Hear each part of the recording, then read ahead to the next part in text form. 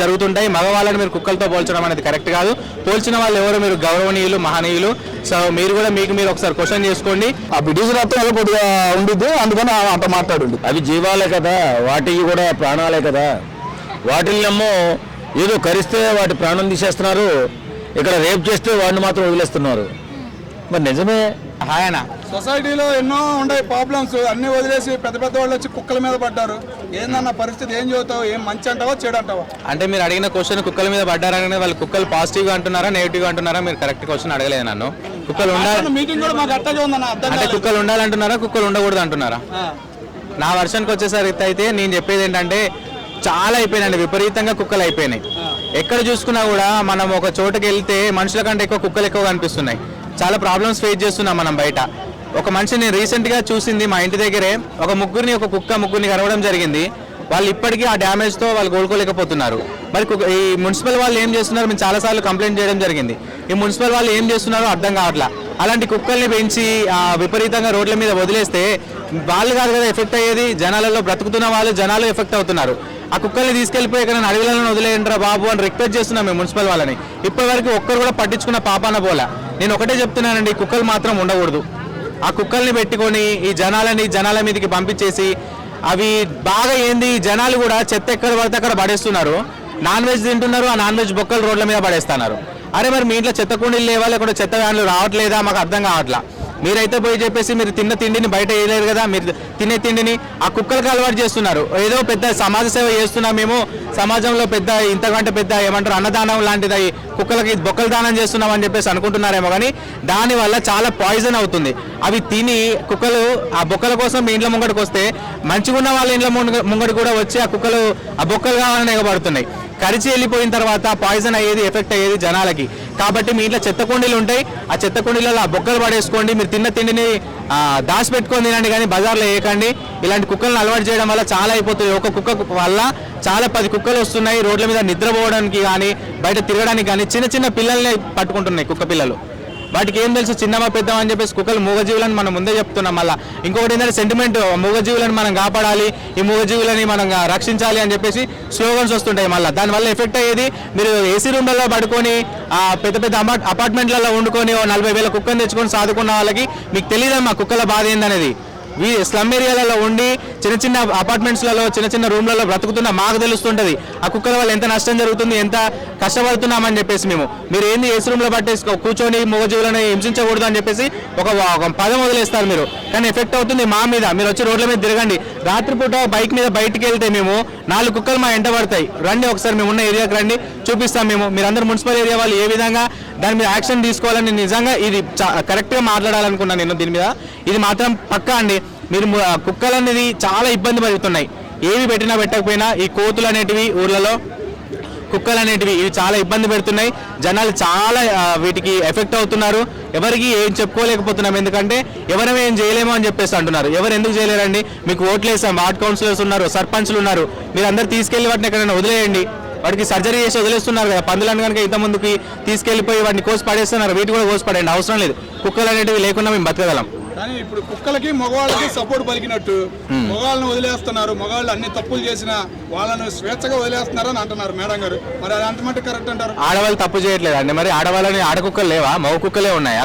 కుక్క జాతిలో ఆడకుక్కలు కూడా ఉన్నాయి కదా. ఆడకుక్కలు కూడా డ్రమ్ములు పెడుతున్నారు కదా, డ్రమ్ములలో కోసి ఏమంటారు సిమెంట్ లేసి కుప్ప పెట్టేస్తున్నారు కదా, కుక్కర్లలో ఉడికిస్తున్నారు కదా. ఒకడు ఉన్నాడని చెప్పి ఇంకొన్ని పట్టుకొని వెళ్ళిపోతున్నారు కదా. అమ్మ అందరు ఆడవాళ్ళని నేను ఉద్దేశించి మాట్లాడట్లే. మీరైతే ఏ విధంగా కొందరు మగవాళ్ళని ఉద్దేశించి మాట్లాడుతున్నారో మేము కూడా కొందరు ఆడవాళ్ళని ఉద్దేశించి మాట్లాడుతున్నాము. జాతిలో ఆడ మగ 2 ఉంటాయి. తప్పులు ఇద్దరు చేస్తారు, ఇద్దరి వల్ల జరుగుతుంటాయి. మగవాళ్ళని మీరు కుక్కలతో పోల్చడం అనేది కరెక్ట్ కాదు.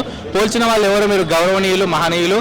సో మీరు కూడా మీకు ఒకసారి క్వశ్చన్ చేసుకోండి, అది కరెక్ట్ మాటలు మాట్లాడుతున్నామా? ఈ మధ్య ఒకటి బాగా ట్రెండ్ అయిపోయింది. నాకు సోషల్ మీడియా ఉంది, నేను బయటకు ఒక మాట మాట్లాడేస్తే ఫేమస్ అయిపోతాము, లేకుంటే నేను మాట్లాడింది వేదం అయిపోతుంది.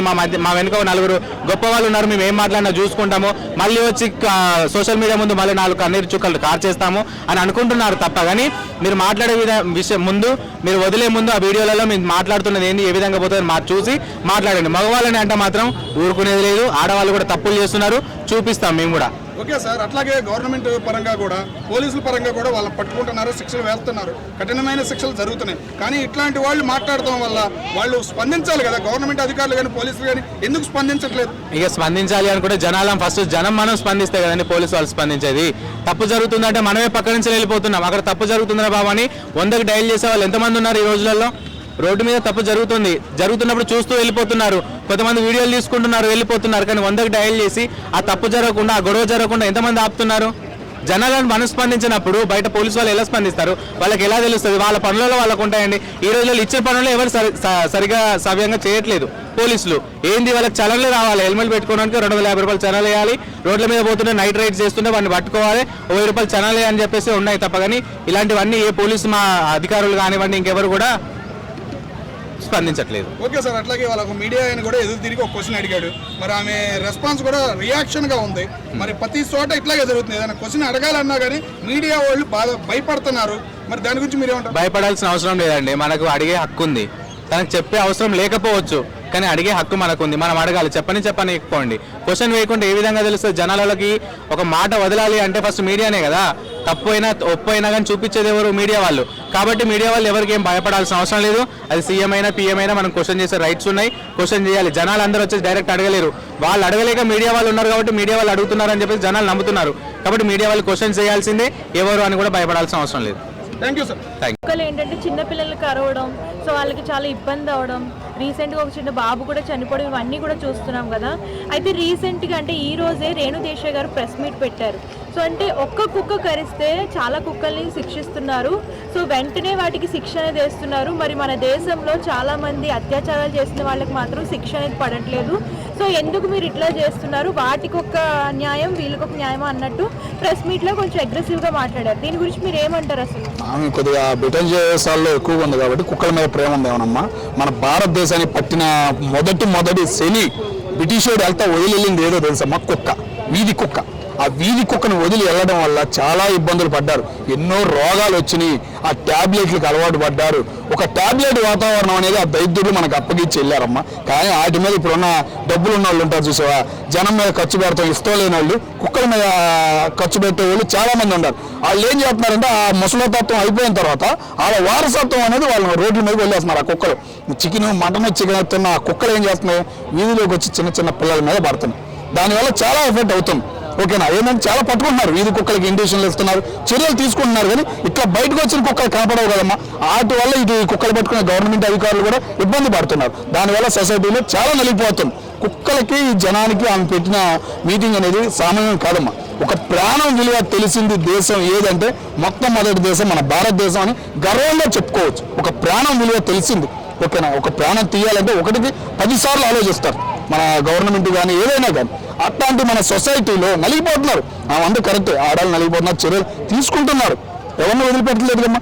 7 సంవత్సరాలు జైలు శిక్ష, కఠిన శిక్ష.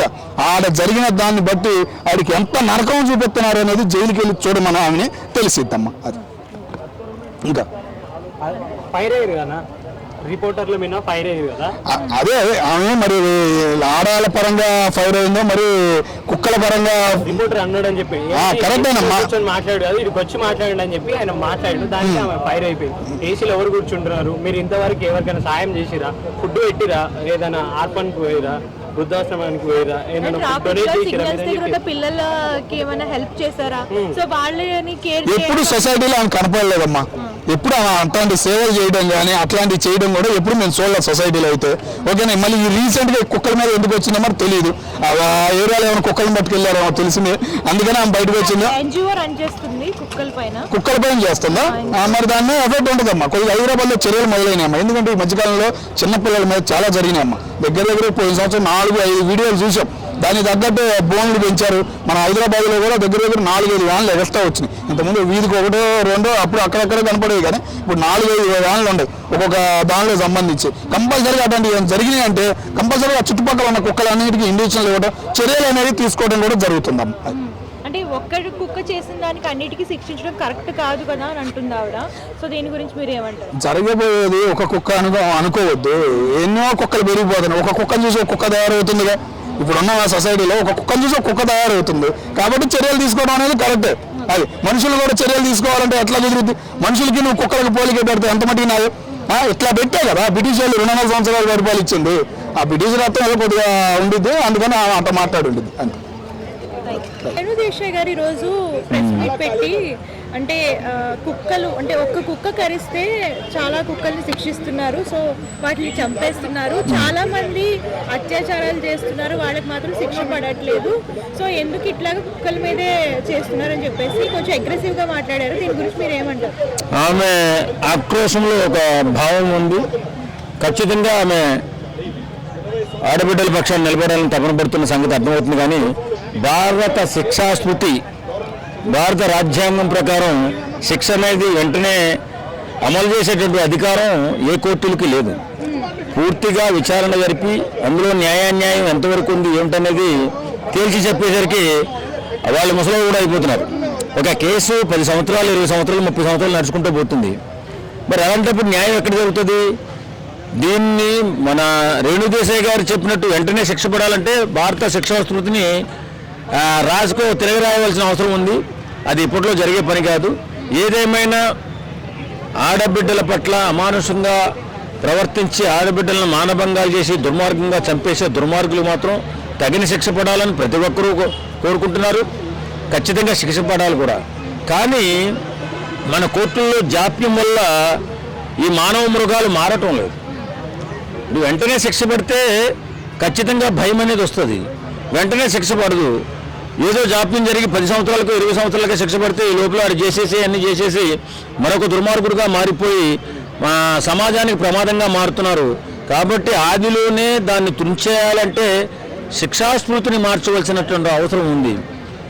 దాన్ని మన పార్లమెంటులో ఏదన్నా మార్చుకోవాలా, లేకపోతే ఏం చేసినా సరే శిక్షాస్మృతిని మారిస్తే తప్ప ఇమీడియట్లీ శిక్ష పడే అవకాశం లేదు. కాబట్టి ఇంకొంచెం తొందరగా ఇలాంటి దుర్మార్గులకు బెయిల్ ఇవ్వకుండా ఏదైనా సెక్షన్లు ఎక్కువగా పెట్టి నిర్బంధింతే తప్ప పని జరగదు.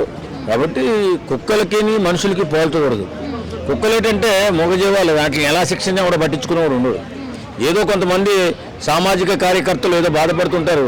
అవి జీవాలే కదా, వాటికి కూడా ప్రాణాలే కదా, వాటిల్నేమో ఏదో కరిస్తే వాటి ప్రాణం తీసేస్తున్నారు, ఇక్కడ రేప్ చేస్తే వాడిని మాత్రం వదిలేస్తున్నారు. మరి నిజమే, మన రాజ్యాంగంలో అలా ఉంది. మరి ఏం చేస్తాం? కాబట్టి రేణు దేశాయ్ గారి బాధ మాత్రం ఖచ్చితంగా 100% కరెక్టే. ఖచ్చితంగా సత్వరమే శిక్ష పడేలాగా ఫాస్ట్ ట్రాక్ కోర్టులు పెట్టారు. అయినా సరే ఇంకా మానభంగాలు జరుగుతూనే ఉన్నాయి, ఇంకా అత్యాచారాలు జరుగుతున్నాయి, ఇంకా మర్డర్లు కూడా జరుగుతున్నాయి. కాబట్టి ఈ సమస్యపై ఎంత మనం ఆక్రోశించినా, ఎంత గట్టిగా అడిగినా మన కంఠశ్వాస తప్ప వేరే మార్గం కనపడదు. కానీ న్యాయం ఎప్పటికైనా జరుగుతుందనే ఎదురుచూపు మాత్రం మనకి మిగిలిపోతుంది. సంవత్సరాల తరబడి న్యాయస్థానాల్లో కేసులు అలా జరుగుతూనే ఉన్నాయి. కాబట్టి ఇప్పటికైనా కేంద్ర ప్రభుత్వం గుర్తించి ఎవరైతే జన సమూహాలకి కంటకంగా తయారయ్యారో అలాంటి వ్యక్తుల్ని నిర్మూలించవలసిన అవసరం ఎంతైనా ఉంది. లేని పక్షంలో ఇలా మానభంగం చేసేవాడు మానభంగం చేసి పోతూ ఉంటాడు, కర్షణ కుక్కను చంపుకుంటూనే పోతూనే ఉంటారు. కాబట్టి దానికి దీన్ని పోల్చలేం. రేణు దేశాయ్ గారు మంచి టాపిక్ ముందుకు తీసుకొచ్చారు. ఖచ్చితంగా సత్వరమే ఈ మానభంగం మర్డర్ కేసులకి విచారణ జరిపి శిక్ష అమలు పరిస్తే బాగుంటుందని నేను కూడా అనుకుంటున్నాను. ఈ వీడియో కనుక మీకు నచ్చినట్లయితే లైక్ చేయండి, షేర్ చేయండి. మరిన్ని వీడియోస్ కోసం మా ఛానల్ని సబ్స్క్రైబ్ చేయండి. మీ అభిప్రాయాలు మాకు కామెంట్స్ రూపంలో చెప్పండి. మరిన్ని వీడియోస్ కోసం మా ఛానల్ని సబ్స్క్రైబ్ చేయండి.